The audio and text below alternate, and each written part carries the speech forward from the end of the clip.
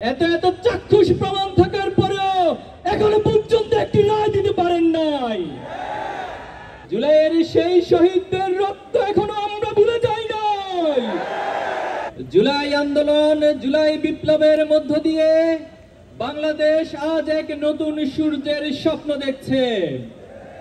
বাংলাদেশ আজ নতুন করে ফ্যাসিবাদ মুক্ত একটি সমৃদ্ধ বাংলাদেশ গড়ার জন্য প্রজন্মের এক জাগরণ তৈরি হয়েছে।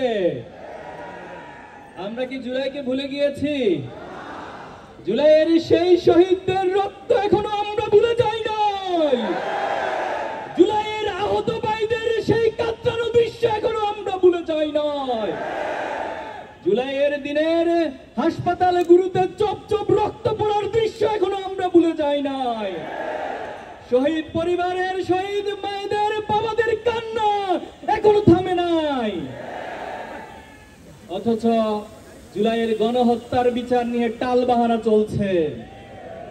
আজকে 1.5 বছর অতিক্রান্ত হয়েছে, আপনারা ধীর গতিতে জুলাইয়ের বিচার অতিক্রান্ত করছেন। এত এত চাক্ষুষ